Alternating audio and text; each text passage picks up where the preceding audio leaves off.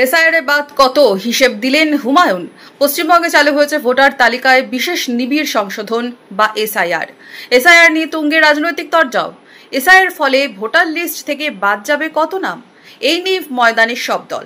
বিজেপির দাবি পশ্চিমবঙ্গে বাদ যাবে 1 কোটি নাম। এবার মুখ খুললেন ভরতপুরের তৃণমূল বিধায়ক হুমায়ুন কবির। কি বললেন হুমায়ুন?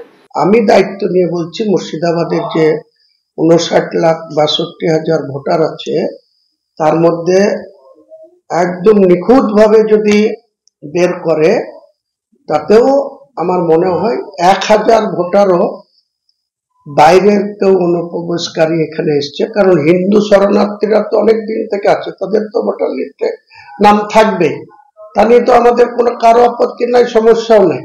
কিন্তু ওনারা যেটা বারবার ক্লেম করছে বা অভিযোগ করছে যে মুসলমান সম্প্রদায়ের বাংলাদেশের লোকরা, আমি আমার দৃষ্টিতে 62 বছর বয়স হয়েছে, আমি গত 30 বছরের আপনাকে বলছি, 23 বছর আগে তো হয়েছে, তার আগেও বলছি যে আমাদের দৃষ্টিতে বাংলাদেশের মুসলমান সম্প্রদায় আনুষ্ঠানিকভাবে ঘটা করে মুর্শিদাবাদে বা মালদা বা উত্তর দিনাজপুরে ওখানকার মাতৃভূমি বা ওখানকার জমি জায়গা ছেড়ে এখানে এসে বসবাস করছে।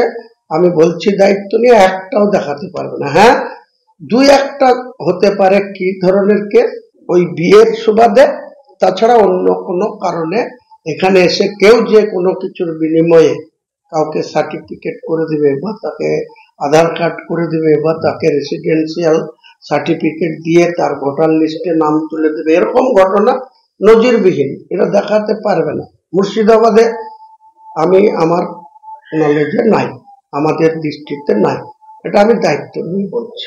59,62,000 ভোটারের মধ্যে যদি 200টা বেড়ায় তাহলে 0.001% আসবে না।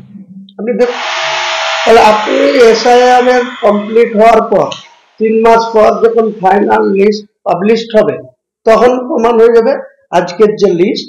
এবং যদি 10,000 12,000 কমে, যে ডেথ কেস, মারা গেছে 2 বছর আগে, তার নামটা কেউ দরখাস্ত দেয়নি, এসআইআর এর নাম বাদ নিয়ে মোট হিসেবও দিয়েছেন হুমায়ুন কবির। তো সেই সব মিলে টোটাল মুর্শিদাবাদে 500 নাম কাটা যাবে কিনা ওটা মুর্শিদাবাদে, আর গোটা বাংলার ক্ষেত্রে 10,000 নাম কাটা যাবে কিনা সেটা সময় কথা বলবে যখন ফাইনাল লিস্ট পাবলিশ হবে। এদিন এসআইআর নিয়ে বিজেপিকেও নিশানা করেছেন Humayun Kabir. Bureau report, Madhyabanga news.